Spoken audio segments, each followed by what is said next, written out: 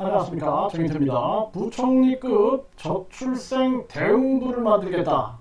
지금 윤석열 대통령이 또 이런 소리를 했어요.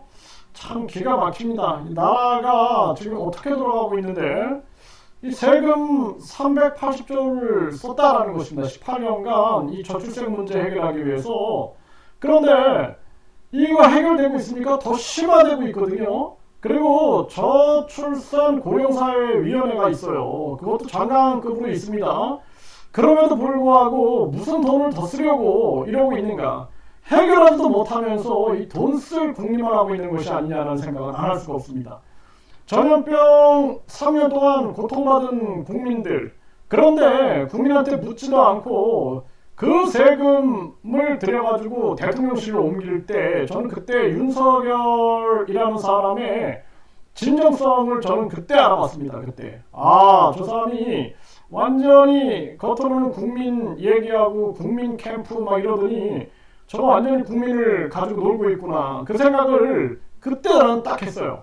그것도 국정조사를 해야 합니다. 어떻게 대통령실을 옮기는데 돈이 얼마가 들어가는데 자기 마음대로 옮깁니까? 그 부분에 대해서 정말 기가 막혔던 일이고, 그리고 지금도 이 저출생 문제 해결되지 않아요. 이거는 특권 계급이 우리 사회에 존재하고 있다는 거예요. 그래서 지금도 보세요. 그 의사들, 또 그 판사, 검사, 변호사, 그 교수, 뭐 이런 사람들, 뭔가 그 특권층들이 계속 만들어가고 있는 사회는 1류대, 2류대, 3류대, 지방대, 이렇게 해가지고 계급사회를 만들고 있는 거예요. 양반, 주민, 상민, 천민 있는 거랑 똑같은 겁니다. 이런 사회, 그러니까 유아기 때부터 입시 준비하는 그런 사회에서 이 사회의 본질적인 문제가 아주 심각하다. 사람이 사람답게 살 수 없는 구조가 된 거예요. 그리고 이 잘못된 자본주의, 그러니까 자본주의가 홍익 정신을 가지고 인간을 널리 이롭게 하는 그러한 자본주의여야 하는데, 이게 완전히 황금 만능주의로 흘러가지고 그 거짓 신이라는 자도 보세요. 그 공중부양한다 관심 끌어가지고 박정희 비선이었다 그러면서 천국 가려면 300만 원 가지고 천국 보내준다. 그거를 종교로 지금 우리 사회에 존재하고 있는 게 대한민국입니다. 이거 정치인들 누구 하나 얘기하고 있습니까? 한 명도 얘기 안 해요. 한 명도. 이 심각한 문제가 아닐 수가 없어요.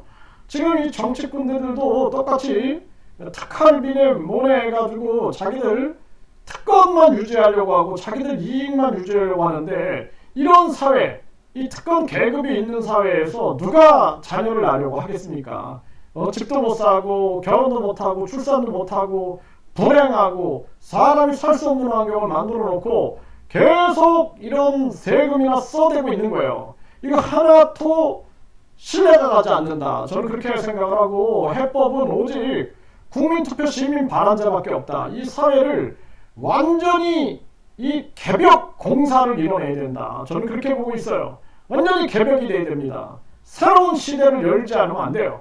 그래서 국민들이 양심혁명이 일어나서 국민투표 시민 반환제 해서 유권자 일정수가 동의하면 국민투표에 붙여가지고 완전히 이 사회를 개혁을 해버려야 됩니다. 교육개혁부터 해가지고 싹 다 혁명 수준으로 개혁하지 않으면 대한민국은 손해를 갈 것이다. 멸종해 갈 거다. 이렇게밖에 생각을 할 수가 없어요.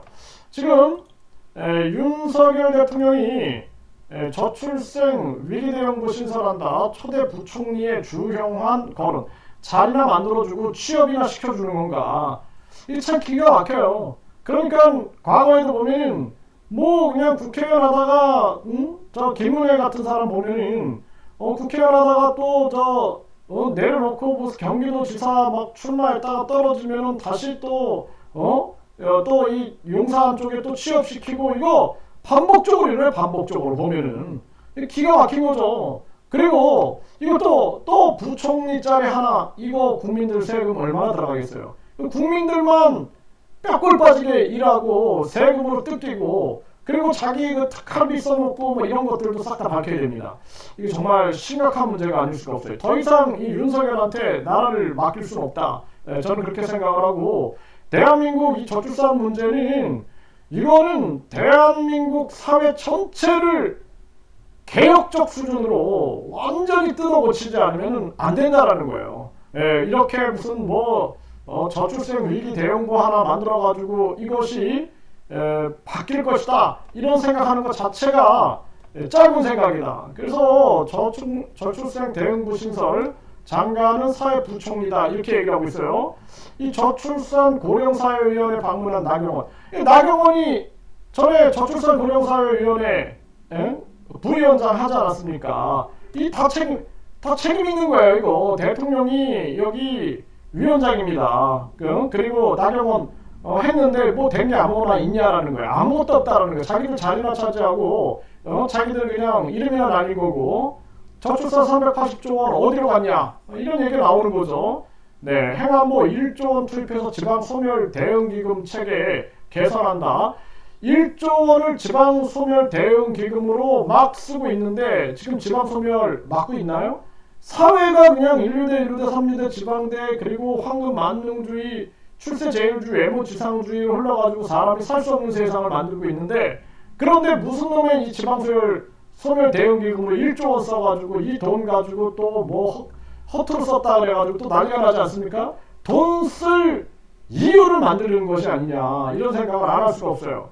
부총리가 이끄는 저출생 대응기획부 추락하는 출산율을 반등시킬까 이거 그냥 자기 사람들 자리나 하나 마련해주고 국민 세금이나 털어먹는 그 결과밖에 더 나오겠느냐라는 생각을 안 할 수가 없습니다.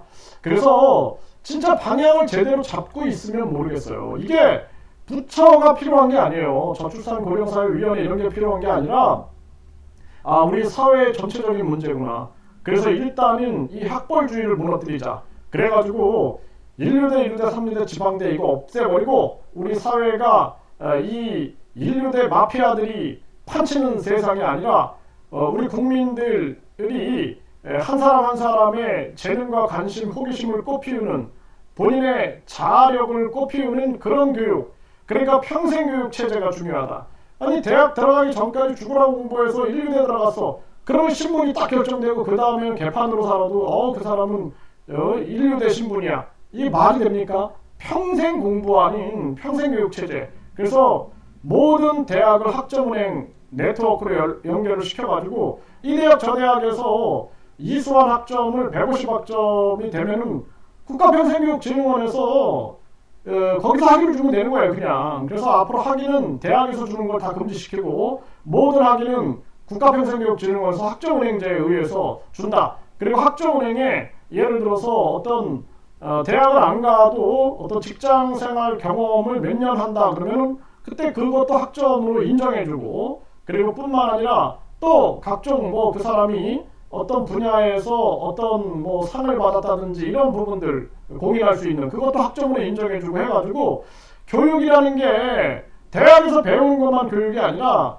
우리가 직장에서 실질적으로 예를 들어서 내가 요리학과에서 공부하는 거랑 내가 식당에서 직접 근무하면서 배우는 거랑 그 실제적인 차이는 엄청난 거다라는 거예요. 그래서 이런 거를 이제는 평생 교육이다라는 것은 완전히 이 학교뿐만 아니라 우리 사회 곳곳에서 배우는 것을 다 학점으로 인정해 줄 수 있는 체계 그리고 평생 공부해 가지고 어떤 사람은 그렇게 하면 학위가 여러 개가 있을 수가 있는 거예요. 네. 그렇게 해가지고 계속 공부할 수 있는 그러한 시대를 열어야 된다. 그러니까 내가 공부를 하지 말자는 게 아니라 평생 공부하자라고 얘기를 하고 있는 거죠. 그래서 이런 체제를 바꾸고 우리 사회가 그것만 뜯어 고쳐놔도 우리 사회가 사람 살만한 사회가 될 겁니다. 그리고 황금 만능주의 이런 출세 제일주의 이런 걸 깨버려야 돼요. 이런 걸 깨버리고 그리고 외모 지상주의 이런 거 깨버려서 우리가 살아가면서 의미를 되찾을 수 있는 그러한 사회 분위기가 바뀌어져야 된다는 거예요. 인간성을 회복하지 않으면 안 되는 거예요. 자식이 부모를 죽이고 부모가 자식을 죽이고 막 수시로 그냥 남녀 연애하다가도 서로 죽이고 하는데 이런 사람이 살 수 없는 세상을 만들어 놓고 여기서 애를 낳아라? 내가 저출생 대응부를 만들었으니까 애를 낳아라? 이거 받아들여지겠습니까? 도무지 납득이 되지 않는다는 것입니다. 그래서 결론은 우리 사회 전체를 혁명적 수준으로 개벽 수준으로 바꾸지 않으면 안 된다라는 거예요. 아니면은 그냥 멸종으로 가고 소멸로 가서 한국 유민으로 흩어져 사는 수밖에 방법이 없다. 왜냐하면은 이렇게 사람이 살 수 없는 이러한 세상을 만들어서 세계 제1의 저출산 국가를 만들고도 이거 책임지는 자들이 한 자도 없고 380조를 썼다 그러는데 잘 먹고 잘 살았겠죠. 네. 근데 문제 해결은 아무것도 안 됐는데 아무도 책임 안 져. 이게 우리 사회의 모습이다라는 것입니다. 심각한 문제예요.